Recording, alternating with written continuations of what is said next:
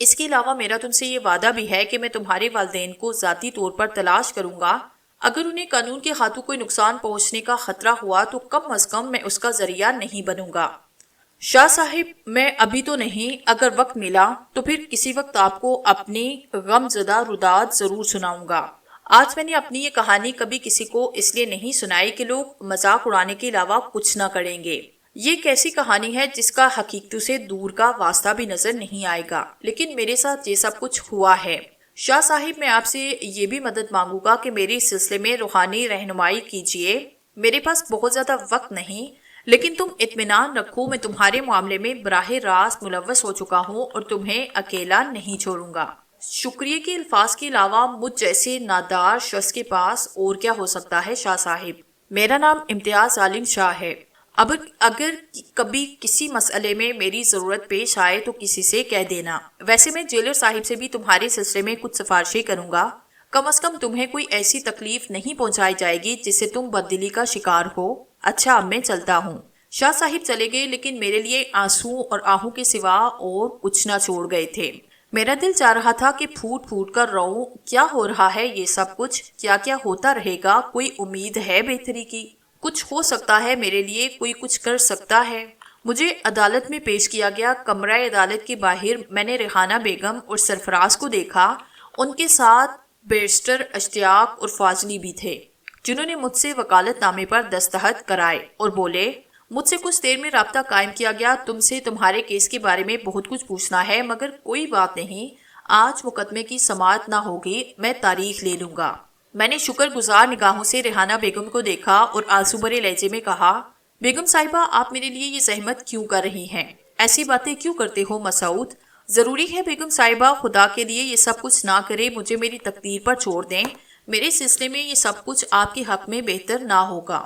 خدا نہ کرے آپ کسی مصیبت میں گرفتار ہوں۔ تمہاری شرافت نے ہمیں خرید لیا ہے مسعود، ہم تمہارے مقروض ہیں، ہمیں ادائیگی کرنے دو۔ بیگم صاحبہ، میری ایک اور مشکل ہے، وہ میری زندگی سے زیادہ اہم مسئلہ ہے۔ اگر آپ انسانیت کے رشتے سے کچھ کرنا چاہتی ہیں تو اس سلسلے میں کچھ کر دیجئے۔ ہاں بتاؤ۔ میرے والدین میری وجہ سے دربدر ہو گئے ہیں۔ ڈی ایس پی امتیاز عالم شاہ صاحب کو اس بارے میں سب کچھ معلوم ہے۔ اگر ان کا پتہ مل جائے تو انہیں سہارا دیں، میرے اوپر بہت بڑا احسان ہوگا۔ میری آنکھوں میں آنسو تھے اور میری آواز رند گئی۔ ریحانہ بیگم کی آنکھیں بھی نمناک ہو گئی تھی۔ پھر انہوں نے آہستہ سے کہا، تم مجھے ان کے بارے میں تفصیل بتا دو مسعود، اطمینان رکھو، میں ان کا پورا خیال رکھوں گی۔ امتیاز عالم صاحب سب کچھ جانتے ہیں، آپ انہی سے معلومات کر لیجئے، ویسے بھی اس وقت سب کچھ بتانا ممکن نہیں، سرفراز نے کہا۔ ٹھیک ہے، ہم خود یہ سب کام کر لیں گے، تم مطمئن رہو اور اپنی طرف سے بھی پریشان مت ہونا۔ ہم انتہائی حد تک کوشش کریں گے، ہمت سے کام لینا، باقی جو خدا کا حکم ہوگا وہی ہوگا۔ مجھے واپس جیل سے لے آیا گیا۔ دوسرے دن نئے بیرسٹر صاحب سرفراز کے ساتھ جیل پہنچے، مجھ سے کافی دیر تک باتیں کرتے رہے اور میں نے انہیں تمام تفصیلات بتا دی۔ سرفراز بھی حیران تھا، غالباً اسے پہلی بار اس ساری کہانی کا علم ہوا تھا۔ وہ ناقابل یقین سے نگاہوں سے مجھے تک رہا تھا، لیکن اس نے میری باتوں پر کوئی تبصرہ نہیں کیا تھا، بس خاموش رہا تھا۔ اشتیاق احمد صاحب نے تفصیلات مکمل کی۔ ویسے بھی وہ میرا فائل حاصل کر چکے تھے جو ان کے پاس موجود تھا، بڑے قانون دانوں میں شمار ہوتے تھے، چنانچہ انہوں نے مجھے اطمینان دلایا اور کہا کہ وہ کوئی ترکیب نکالیں گے جس سے میری یہ مصیبت ٹل سکے۔ وہ لوگ چلے گئے، میرے لیے روشنی کی کوئی کرن نہیں تھی۔ یہ بیچارے اپنے طور پر کوششیں توڑ کر سکتے تھے، لیکن جس شیطان سے میرا واسطہ تھا اس کی چالیں انسانی چالیں نہیں تھی، اس کے سفلی علوم کے مقابلے میں ان نیک لوگوں کی کوششیں بے اثر ہی تھی۔ ہاں، ان لوگوں کے ذریعے اگر میرے اہلی خاندان کو کچھ سہارا مل جائے تو میرے لیے یہی کافی تھا۔ اپنی طرف سے تو میں مایوس ہو چکا تھا، لیکن کبھی کبھی دل و دماغ میں ایک عجیب سی کیفیت پیدا ہو جاتی۔ بھوریا چرن کمبخت کہہ کر گیا تھا کہ جب بھی میں اسے آواز دوں گا وہ میرے پاس آئے گا، اور آواز دینے کا مطلب یہ ہے کہ میں اس کے مکروہ فعل کے لیے آمادہ ہو چکا ہوں۔ سچ بات یہ ہے کہ اپنے اندر کا یہ جذبہ خود میری سمجھ سے باہر تھا۔ جن مشکل ترین حالات میں بسر کر رہا تھا ان سے گھبرا کر تو دنیا کا مکروہ سے مکروہ ترین کام بھی کیا جا سکتا تھا، لیکن اچانک کیوں بھوریا چرن کی بات ماننے کے لیے اندر سے آمادگی ہی پیدا نہیں ہوتی تھی۔ یہ بات خود میری اپنی سمجھ سے باہر تھی۔ آخر ان برے حالات میں جبکہ میں اپنے لیے نہ صحیح ماں باپ کے لیے بری طرح پریشان تھا، میں بھوریا چرن کی بات ماننے کے لیے کیوں نہیں تیار ہو رہا تھا، جبکہ میرے لیے اور کوئی سہارا بھی نہ تھا۔ وقت گزرتا رہا اور میں اپنی عجیب و غریب کیفیات کا شکار رہا۔ پھر غالباً کچھ ہوا تھا شہر میں۔ بے شمار لوگ قیدیوں کی حیثیت سے جیل لائے جا رہے تھے۔ غالباً کوئی سیاسی ہنگامہ تھا جس کی وجہ سے بڑی افراتفری نظر آ رہی تھی اور جیلیں بڑھتی جا رہی تھی۔ پھر ایک شام ہم لوگوں کو تیار کیا جانے لگا۔ قیدیوں کو ہتھ کڑیوں کے علاوہ بیڑیاں بھی پہنا دی گئی اور انہیں ایک جگہ جمع کیا جانے لگا۔ میں بھی انہیں لوگوں میں شامل تھا۔ بعد میں مجھے دوسروں سے پتہ چلا کہ ہمیں کسی اور جیل میں منتقل کیا جا رہا ہے، اور یہ فیصلہ ان سیاسی ہنگاموں کی وجہ سے ہے جن سے جیلوں میں نفری بڑھتی جا رہی ہے۔ کئی گاڑیاں ہمیں لے کر چل پڑی۔ کہاں جا رہے ہیں، کہاں تک سفر کرنا ہے، کچھ معلوم نہ تھا۔ دوسرے قیدیوں کی طرح میں بھی خاموشی سے سر جھکائے گاڑی میں بیٹھا ہوا تھا۔ جیلوں سے کیا فرق پڑتا ہے، صرف جگہ بدل جاتی ہے، قید تو قید ہی ہے۔ چنانچہ اس بارے میں کیا تردد ہو سکتا تھا۔ البتہ سفر کافی طویل تھا اور بری طرح بھری ہوئی گاڑی میں اتنے لمبے سفر سے جوڑ دکھ گیا تھا۔ بالآخر منزل آئی، قیدی نیچے اترنے لگے۔ نئی جیل کسی گرم علاقے میں تھی اور صحیح معنوں میں جیل تھی۔ کوٹریاں انتہائی بوسیدہ، دیواریں ٹوٹے پھوٹے پلستر سے آراستہ، فرش میں جگہ جگہ سوراخ جن میں حشرات الارض کا بسیرا تھا۔ سخت بدمزاج عملہ تھا یہاں کا۔ یقینی طور پر ایسے موسم کے ستائے ہوئے کبھی سیدھے منہ بات نہیں کرتے تھے۔ باہر کا علاقہ سبزے سے خالی تھا۔ سیاہ ڈھنٹلوں والی بدنما جاریاں البتہ وہاں نظر آتی تھی۔ مچھروں اور دوسرے حشرات الارض نے زندگی حرام کر دی۔ نہ رات کو سکون کی نیند نصیب ہوتی، نہ دن کو چین تھا۔ صبر آزما وقت گزرتا گیا۔ اس دوران کسی سے رابطہ نہ ہو سکا۔ ہفتہ، مہینہ اور پھر 3 ماہ گزر گئے۔ زندگی سب کچھ جھی لیتی ہے۔ جہاں ایک دن زندہ رہنے کا تصور نہ کیا جا سکے، وہاں 3 ماہ گزر چکے تھے اور زندہ تھا، اور مجھ سے پہلے کے لوگ سال ہا سال سے جی رہے تھے۔ ہاں، طبیعت میں چڑچڑاپن پیدا ہو گیا تھا۔ ہر چیز کو نفرت سے دیکھنے کی عادت ہو گئی تھی۔ جلستے دن، جلستی راتوں میں زندگی آگے بڑھتی رہی۔ وسیع و عریض جیل کے چپے چپے سے واقف ہو گیا تھا۔ اب نہ گھر والے یاد آتے تھے، نہ باہر کی رنگین دنیا سے کوئی دلچسپی تھی۔ بھوریا چرن بھی غائب تھا۔ کسی شکل میں وہ نہیں نظر آتا تھا۔ اس کے تصور کے ساتھ ہی منہ سے گالیاں ابل پڑتی۔ بڑی تبدیلی محسوس ہوتی تھی خود میں۔ پھر ایک دن جیل کے مغربی کونے میں کیاریاں سنبھال رہا تھا کہ بیرونی دروازے سے ایک بڑا ٹرک اندر داخل ہوا۔ اس ٹرک میں قیدی لائے اور لے جائے جاتے تھے۔ ہمیں ان باتوں سے کوئی دلچسپی نہ ہوتی تھی۔ ٹرک سے قیدی اتارے جانے لگے۔ منظر چونکہ بالکل سامنے تھا، اس لیے بے دہانی کے انداز میں قیدیوں کو اترتے دیکھتا رہا۔ لیکن ایک قیدی کو دیکھ کر اچانک میرا پورا بدن لرز گیا۔ ہاتھ پاؤں بے جان سے ہو گئے۔ آنکھوں میں اندھیرا سا چھا گیا۔ میں نے آنکھیں مل مل کر اسے دیکھا۔ بنائی دھوکہ نہیں دے رہی تھی۔ یہ میرا بھائی ہی تھا، میرا چھوٹا بھائی۔ بھلا اپنے خون کو نہیں پہچان سکتا تھا؟ محمود کو نہیں پہچان سکتا تھا؟ اپنے محمود کو؟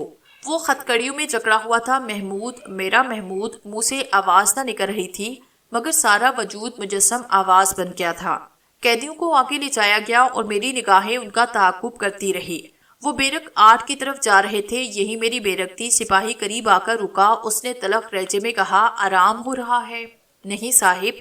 میں فوراً ہوش میں آیا۔ کام کرنے لگا، مگر اندر سے جو کیفیت ہو رہی تھی میرا دل جانتا تھا۔ محمود گرفتار ہو گیا۔ شاہ صاحب مجھے بتا چکے تھے کہ محمود کے ہاتھوں بھی قتل ہو گیا ہے۔ وہ بھی قاتل ہے اور نہ جانے اسے کیا سزا ملی ہے۔ دل سینہ توڑ کر نکل آ رہا تھا۔ نہ جانے دن کیسا گزرا، کچھ اندازہ نہیں ہو سکتا تھا۔ رات کو بیرک میں آیا، کھانا بھی نہ کھایا۔ میرے ساتھی رئیس خان نے پوچھا، کیا بات ہے مسعود، طبیعت تو ٹھیک ہے نا؟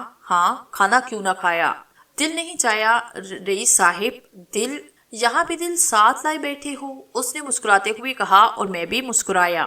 نئے قیدی آئے ہیں؟ میں نے کہا، ہاں، آتے جاتے رہتے ہیں۔ کون سی کوٹری میں رکھے گئے ہیں؟ تقسیم ہو گئے ہیں۔ کچھ ادھر بھی تو لائے گئے ہیں؟ ہاں، وہ 3 کوٹریاں بھری نظر آ رہی ہیں۔ رئیس خان نے ایک طرف اشارہ کر کے کہا، اور میری نظریں ادھر کا طواف کرنے لگے۔ انہی میں سے کسی میں محمود تھا۔ محمود جسے ساری کہانی معلوم ہوگی، امی کے بارے میں، ابو کے بارے میں، میری بہن کے بارے میں۔ دل تڑپ رہا تھا۔ بیرک میں خاموشی طاری ہو گئی۔ بس کبھی کبھی سنتری کے بوٹوں کی آواز سنائی دیتی اور اس کے پاؤں نظر آتے۔ اس کے سوا کوئی آواز نہ تھی۔ دل میں خیال آیا، کیا محمود سزائے موت کا مجرم ہے؟ قتل کے نتیجے میں تو اس کی توقع کی جا سکتی تھی۔ اسے کیا سزا دی گئی ہے؟ کیا میں ہمیشہ کے لیے اپنے بھائی سے محروم ہو جاؤں گا؟ ایسا نہیں ہونا چاہیے۔ دنیا کیوں نہیں سمجھتی کہ یہ مجرموں کا گھرانہ نہیں، ہم مصیبت زدہ لوگ ہیں، ہمارے ساتھ یہ سلوک نہیں ہونا چاہیے، ہم پر رحم کیا جائے، ہمارے ساتھ انصاف کیا جائے۔ کیوں نہیں سمجھتی دنیا؟ کیا یہ کبھی نہ سمجھ پائیں گے کہ یہ سب کچھ ایک شیطان کا کیا دھرا ہے؟ ہمارا کوئی قصور نہیں۔ وہ شیطان مجھے ایک گندے کام پر اکسانا چاہتا ہے، وہ ایک مقدس مزار کی بے حرمتی کرانا چاہتا ہے میرے خاتون۔ اپنے کالے جادو کو مکمل کرنے کے لیے وہ میرا سہارا طلب کر رہا ہے، اور میں اپنے عقیدے کے مطابق اس گندی کوشش میں اس کا ساتھ نہیں دے رہا۔ میرے ساتھ رحم کیوں نہیں کیا جاتا؟ یہ سب اس شیطان کے اعلی کار کیوں بن گئے ہیں؟ یہ میرا ساتھ کیوں نہیں دیتے؟ اور اگر میں شیطانیت پر اتر آؤں تو پھر یہ روتے چیختے پھریں گے۔ کیوں نہیں سوچا جاتا میرے بارے میں؟ کیوں نہیں کرتے یہ کچھ میرے لیے؟ سب اس شیطان کا ساتھ دے رہے ہیں۔ آج اگر میں برائی کے راستے اپنا لوں، اپنے دین کے راستے چھوڑ کر اس شیطان بھوریا چرن کا ساتھی بن جاؤں، تو پھر یہ سب میرے تلوے چٹیں گے۔ شیطانیت کا راج کیوں قائم ہونے دیا جا رہا ہے؟ کیوں اکسایا جا رہا ہے مجھے؟ اگر محمود کو پھانسی ہو گئی، اگر وہ سزا پا گیا، تو میں اپنے آپ پر قابو نہ رکھ پاؤں گا۔ سن لو میری بات، اگر تم نے مجھ سے میرا بھائی چھین لیا تو میں تم سے تمہاری زندگی چھین لوں گا۔ آخر میں بھی انسان ہوں، میرے بھی جذبات ہیں، میں بھی غلط راستوں پر نکل سکتا ہوں۔ روکو مجھے غلط راستوں پر جانے سے۔ لیکن یہ دل کی خاموش چیخیں تھی جنہیں سننے والا کوئی نہ تھا۔ اس روئے زمین پر کوئی نہیں سنے گا میری بات۔ مجھے اپنی بات سنانا پڑے گی، ان لوگوں کو عمل کر کے پھر دکھانا پڑے گا۔ جس بات کے یہ بول ان کے کانوں تک نہیں پہنچیں گے، کبھی نہ پہنچے گے۔ عمل چاہیے، عمل، ورنہ میں محمود کو ہمیشہ روتا رہ جاؤں گا۔ اتنی بے بسی اچھی نہیں، مجھے محمود کے لیے کچھ کرنا ہوگا۔ دل میں لہریں اٹھنے لگی، ہاتھ پاؤں میں اکڑن سی پیدا ہو گئی۔ رئیس خان گہری نیند سو رہا تھا۔ کمبخت کو پتہ نہیں یہ نعمت کہاں سے مل گئی تھی۔ وہ سو جاتا تھا تو اگر اس کے جسم کا کوئی حصہ بھی کاٹ دیا جاتا تو شاید اسے صبح ہی کو اس کا پتہ چلتا۔ اتنی گہری نیند سوتا تھا وہ۔ آنکھوں میں نمی، خشکی ہو گئی، ایک جلن سی پیدا ہو گئی تھی ان آنکھوں میں۔ دماغ میں بھی کچھ سیاہ دبے ابھر آئے تھے جو محسوس ہو رہے تھے۔ میں پوری سنجیدگی سے سوچ رہا تھا کہ اپنے لیے میں کچھ نہ کر سکا، لیکن بھائی کے لیے ضرور مجھے کچھ کرنا چاہیے۔ دماغ اس وقت عجیب سی کیفیت کا شکار تھا۔ چنانچہ سازشیں جنم پانے لگی، اور جب صبح کی روشنی نمودار ہوئی تو میرے ذہن میں پورا پروگرام بن چکا تھا۔ اس وقت میرے وجود میں ایک نیا انسان جاگ اٹھا تھا، اور میں کم از کم اسے بھوریا چرن نہیں کہہ سکتا تھا۔ میں راستے متعین کرتا رہا، فیصلے کرتا رہا، اور میں نے اپنے وجود کے بارے میں کسی کو پتہ نہ چلنے دیا۔ آج میں ایک زیادہ ذہین اور خود مختار انسان تھا۔ کسی قسم کی بے کسی اور بے بسی کا کوئی احساس میرے ذہن میں نہ تھا۔ رات کو معمول کے مطابق بیرک میں آیا، کھانا وغیرہ بھی کھایا۔ رئیس خان نے تبصرہ بھی کیا تھا مجھ پر کہ کل کی نسبت آج میری کیفیت بالکل درست ہے، اور میں نے کہا لگا کر اس سے کہا تھا کہ بیماری روزانہ تو نہیں ہوتی۔ دن کی روشنی میں نے محمود کو دیکھا، اور اس بیرک کو بھی جس میں اسے رکھا گیا۔ ہر احساس، ہر خطرے سے بے نیاز ہو کر میں نے اپنے منصوبے پر عمل کرنے کا فیصلہ کر لیا۔ وقت آہستہ آہستہ گزرتا رہا، بیرکوں میں سناٹے پھیلتے چلے گئے۔ سنتری ڈیوٹی پر آیا اور جیل کی دنیا خاموش ہو گئی۔ حالانکہ میں جانتا تھا کہ سناٹے میں ہزاروں آوازیں پوشیدہ ہیں، نہ جانے کتنے لوگ جاگ رہے ہیں، نہ جانے کتنے لوگ رو رہے ہوں گے، لیکن یہ رونا بے آواز ہوتا تھا، ان کے سے دل روتے تھے۔ جیل کا اندرونی حصہ تاریک تھا، لیکن باہر روشنی تھی۔ رات کو ڈیوٹی والا سنتری بدستور بیرک میں گشت کرتا رہا تھا، اور میں اب اپنے کام کے لیے تیار تھا۔ سنتری کے قدموں کی آواز مجھے اپنی کوٹری کی طرف آتی ہوئی محسوس ہوئی تو میں ڈرامہ کرنے کے لیے تیار ہو گیا۔ میں نے اپنے دانتوں سے اپنی کلائی کاٹی اور اس سے خون بہنے لگا۔ تبھی میں اپنی جگہ سے کھسکتا ہوا سلاخوں والے دروازے کے نزدیک لیٹا، اور میرے حلق سے اذیت ناک کراہیں نکلنے لگی۔ البتہ میں نے اتنا شور نہیں کیا کہ دوسری قیدی بھی سن لیں۔ تدبیر کارگر ہوئی۔ سنتری میرے پاس آ کر رکا۔ کیا ہوا، کیا بات ہے؟ اس نے پوچھا۔ کسی جانور نے کاٹ لیا ہے، سانپ لگتا تھا، اسی سوراخ میں جا گھسا ہے۔ میں نے ایک سوراخ کی طرف اشارہ کیا اور کلائی اس کے سامنے کر دی۔ کلائی سے بہتے ہوئے خون اور میری گھٹی گھٹی آواز نے اس کے دل میں ہمدردی جگائی، اور اس نے جلدی سے چابی نکال کر تالا کھولا۔ غلطی کی تھی اس نے۔ یہاں انسانیت کی بڑی قیمت ادا کرنا پڑتی ہے۔ یہ قیمت اسے بھی ادا کرنا پڑی۔ جو ہی اس نے میرے زخم کو چہرے کے قریب کیا، میں نے اس کی گردن دبوچ لی۔ وہ گھبرا گیا، مگر بیکار تھا۔ میں نے پوری قوت صرف کر دی، اسے منہ سے آواز نکالنے کا موقع بھی نہ دیا۔ پتہ نہیں بیچارہ مر گیا تھا یا صرف بے ہوش ہوا تھا۔ میں نے اسے بے سود پا کر آہستہ سے اپنی جگہ لٹایا، اور پھر اس کے پاس موجود چابیوں کا گچھا اپنے قبضے میں کیا۔ باہر نکل کر میں نے تالا بند کیا اور آگے کی جانب بڑھ گیا۔ دوسرا سنتری اپنا چکر پورا کر کے اسی طرف آ رہا تھا۔ میں نے بیرک کے موڑ پر اس کا استقبال کیا۔ جو ہی وہ موڑ گھوما، میرا طاقتور گھونسا اس کی ناک پر پڑا اور ناک کی چوٹ بہت سے مسئلے حل کر دیتی ہے۔ میں نے اس سے پورا فائدہ اٹھایا، اسے گرنے نہ دیا۔ وہیں گر کر میں نے اسی پر بھی آزمایا جسے پہلے سنتری کو سنبھالا تھا۔ جب مجھے اس کے بے حس و حرکت ہو جانے کا یقین ہوا تو میں نے اسے ایک تاریک جگہ لٹایا۔ تقدیر شاید اس وقت میری طرف سے بے نیاز تھی، کیونکہ میں پہلی کوشش میں کامیاب ہو گیا تھا۔ اس کے بعد مجھے محمود کی کوٹری تلاش کرنے میں دقت نہ ہوئی۔ میں چابیوں کے گچھے کی تمام چابیاں آزمانے لگا اور ایک چابی نے اس کوٹری کا دروازہ کھولا۔ اندر 4 قیدی تھے جن میں ایک محمود تھا۔ وہ زمین پر آرام سے سو رہا تھا۔ میں نے اسے دیکھا، دل میں پیار کے بہت سے پھول کھل اٹھے، لیکن یہ عمل کا وقت تھا، ابھی بہت مشکل مراحل تھے۔ میں اس کے قریب بیٹھ گیا، پھر میں نے اس کے کان کے قریب ہونٹ لے جا کر سرگوشی کی، محمود جاگو، جاگو محمود۔ اس کے بدن میں ہلکی سی حرکت ہوئی۔ میں نے پھرتی سے اس کا منہ بھینچا۔ اس نے میری کلائی پر ہاتھ ڈال دیا۔ کافی مضبوط گرفت تھی، ایک مکمل مردانہ گرفت جو میرے ہاتھ کو منہ سے ہٹا سکتی تھی۔ میں نے اس کے کان میں سرگوشی کی، میرے الفاظ اس کی سماعت نے محسوس کیے، اس نے انہیں سمجھ لیا، جس کا اندازہ اس کی گرفت کے ڈھیلے پڑ جانے سے ہوا تھا۔ وہ پھٹی پھٹی آنکھوں سے مجھے دیکھ رہا تھا۔ میں نے پھر کہا، ہوشیار ہو جاؤ محمود، یہ نہ سوچو میں یہاں کیسے آیا، یہ سب بعد میں معلوم ہو جائے گا تمہیں۔ خود کو سنبھالو، پوری طرح ہوشیار ہو جاؤ، ہمیں جیل سے فرار ہونا ہے۔ کیا تم جاگ گئے ہو؟ اس نے گردن ہلائی اور میں نے اس کے منہ سے ہاتھ ہٹایا۔ وہ پھرتی سے اٹھ کر بیٹھا۔ میں نے اسے ہاتھ کا سہارا دے کر کھڑا کیا۔ اس نے ایک نگاہ اپنے قریب سوئے ہوئے قیدیوں پر ڈالی اور دوسری کھلے دروازے پر، پھر وہ گردن جھٹکنے لگا۔ آؤ، میں نے اس کا ہاتھ پکڑ کر دروازے کی طرف بڑھتے ہوئے کہا، اور وہ بے آواز چلتا ہوا کوٹری سے باہر نکل آیا۔ اب وہ پوری طرح مستعد نظر آ رہا تھا۔ باہر اس نے کچھ فاصلے پر پڑے ہوئے دوسرے سنتری کو دیکھا اور تیزی سے آگے بڑھ کر اس کی رائفل اٹھا لی۔ ساتھ ہی کارتوسوں کی پیٹی تھی۔ یہ میں نے نہ کیا تھا، نہ سوچا تھا، مگر اس سلسلے میں وہ مجھ سے آگے نظر آ رہا تھا۔ پھر ہم دونوں بے آواز قیدیوں کی کوٹریوں کے سامنے سے گزرتے ہوئے بیرک کے دروازے کی طرف بڑھنے لگے، جس کے دوسری طرف موت بھی تھی اور زندگی بھی۔ جیل سے فرار ہونا اتنا آسان نہ تھا جتنا ہم نے سمجھا تھا، لیکن میرے لیے نہ زندگی اتنی دلکش تھی، نہ موت۔ یہ بھی نہیں کہتا کہ جیتا بھی نہیں چاہتا تھا۔ کون نہیں جینا چاہتا، بس جو بیت رہی تھی اس نے زندگی کو عذاب بنا دیا تھا۔ ہاں، اپنے بھائی کی زندگی کے لیے میں 1000 بار مرنے کے لیے تیار تھا۔ اس نے ابھی اس دنیا میں کیا دیکھا تھا؟ جو کچھ ہوا تھا میری وجہ سے ہوا تھا۔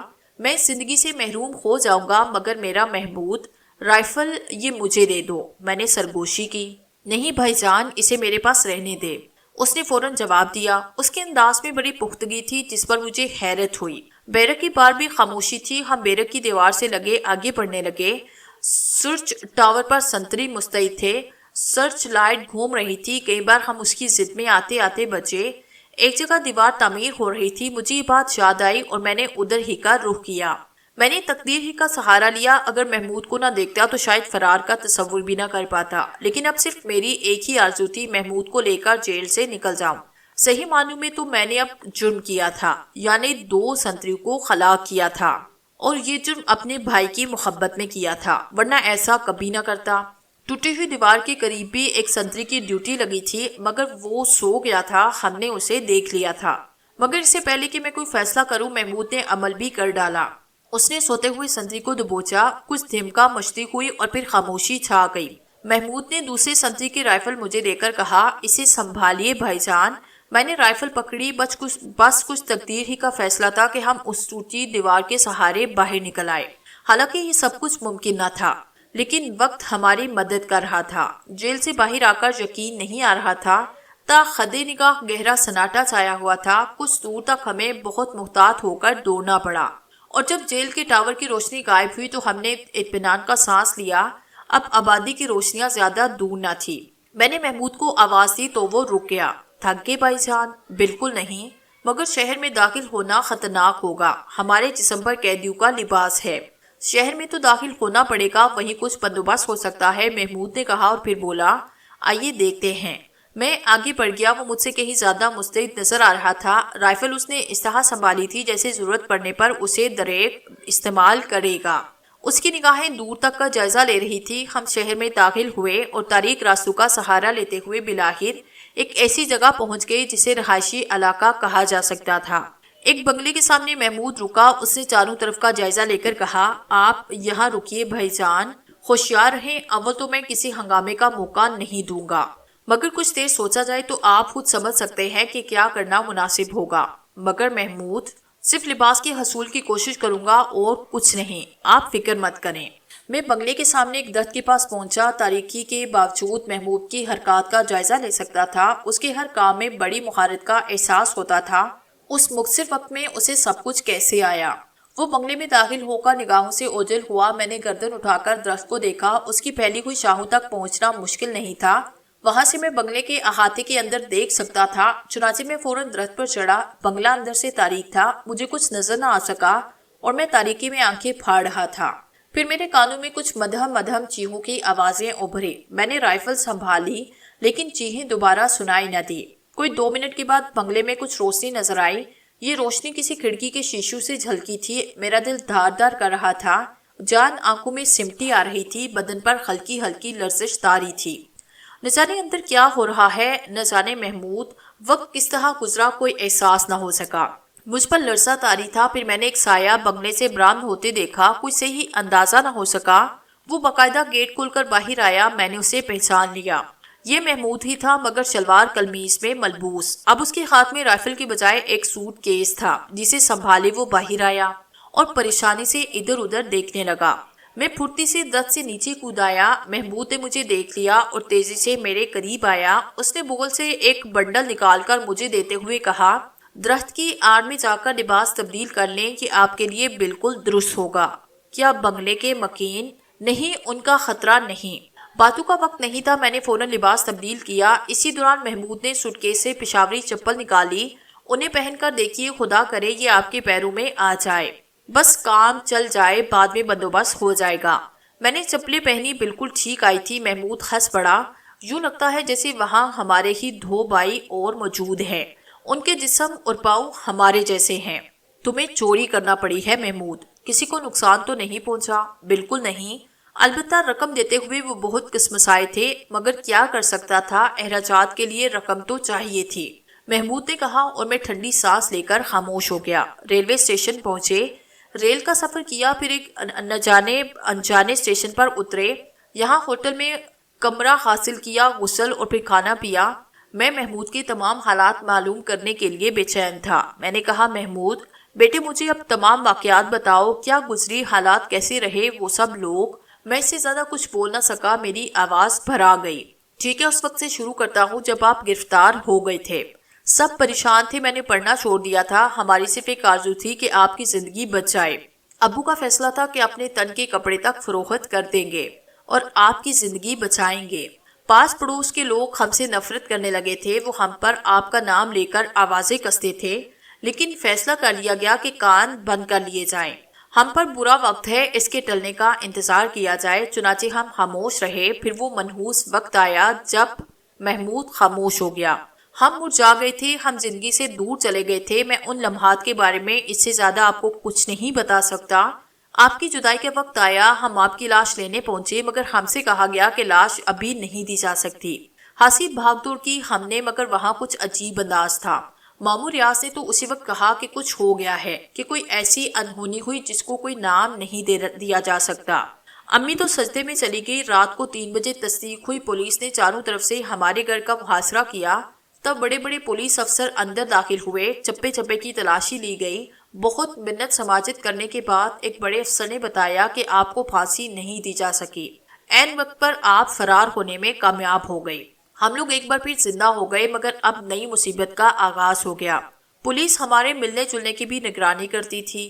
کوئی کہیں جاتا اس کا پیچھا کیا جاتا۔ تقریباً 1 درجن چھاپے پڑے ہمارے گھر۔ آپ کو شکور خان یاد ہوگا نا؟ ہاں، وہ دکاندار لطیف کا بیٹا۔ ہاں، مجھے یاد ہے۔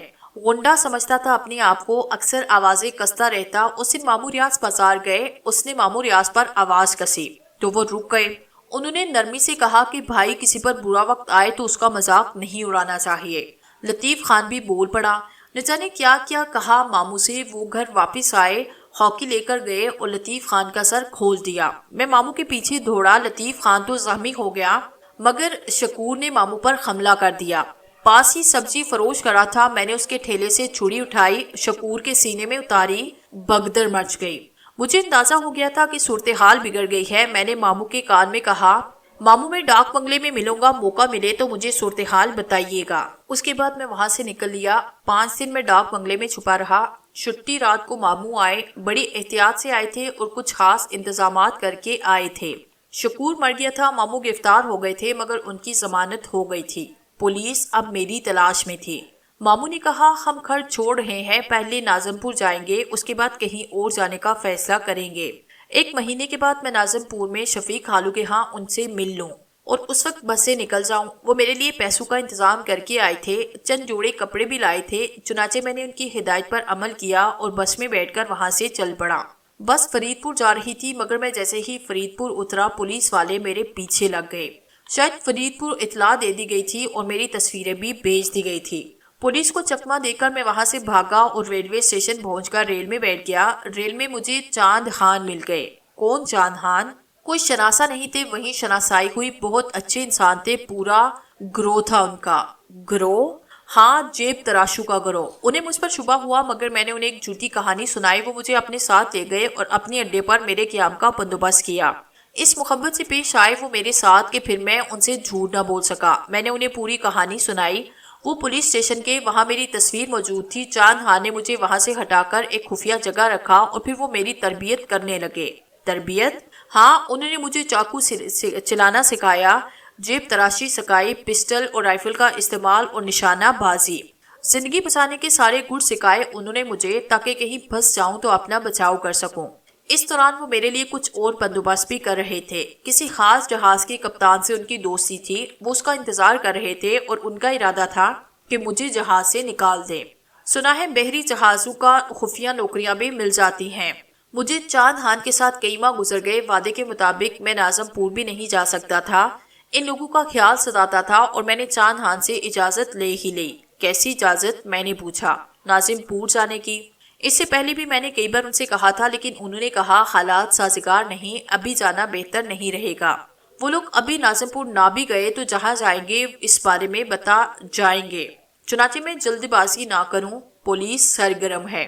بلاخر چاند خان نے اجازت دے دی اور اپنا ایک آدمی میرے ساتھ کیا۔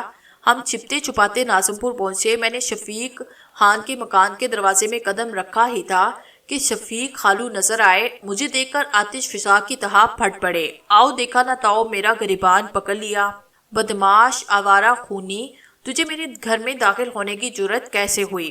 آپ کو معلوم ہے بھائی جان، میں نے ہمیشہ خالو کی عزت کی، وہ مجھ سے ہمیشہ اچھی طرح پیش آتے رہے تھے۔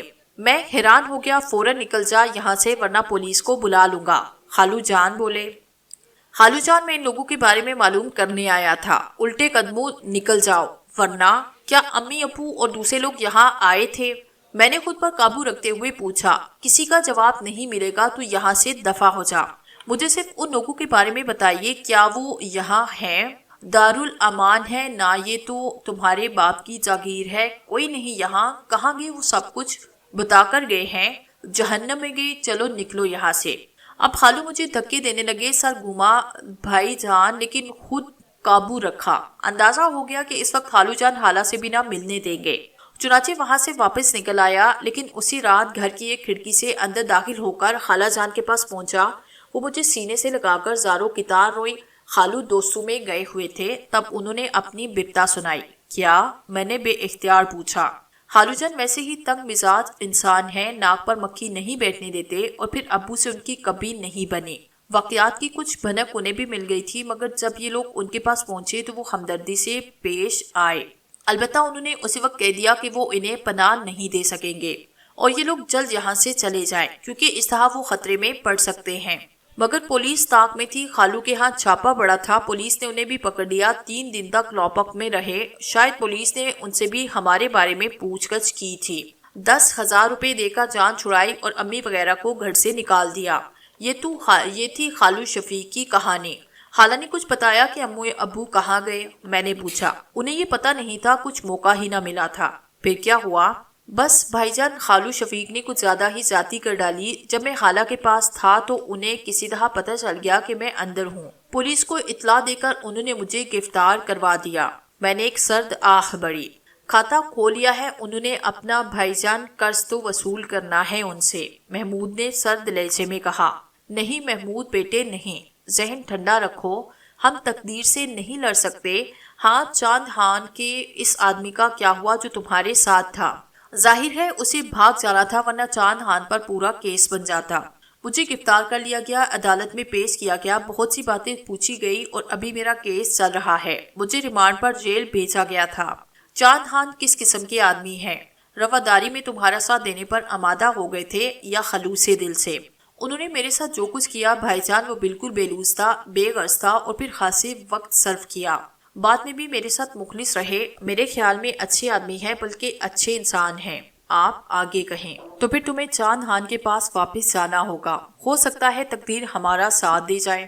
اگر چاند خان تمہیں ملک سے باہر نکال سکتے ہیں تو اس وقت اس سے اچھی کوئی بات نہ ہوگی۔ کم از کم تم اس جال سے بچ کر نکل جاؤ، بعد میں جو کچھ ہوگا میں دیکھ لوں گا۔ محمود کا چہرہ ایک دم سست ہو گیا۔ وہ خاموشی سے مجھے دیکھتا رہا، پھر بولا، آپ کا حکم نہ ماننے کا سوال ہی پیدا نہیں ہوتا بھائی جان۔ آپ مجھے کنویں میں چھلانگ لگانے کے لیے بھی کہیں گے، خدا کی قسم لگا دوں گا، لیکن کچھ بات تو کرنے کی اجازت دیں۔ کیا آپ کے خیال میں ان حالات میں اپنی جان بچا کر باہر نکل جانا ایک خوشگوار عمل ہوگا؟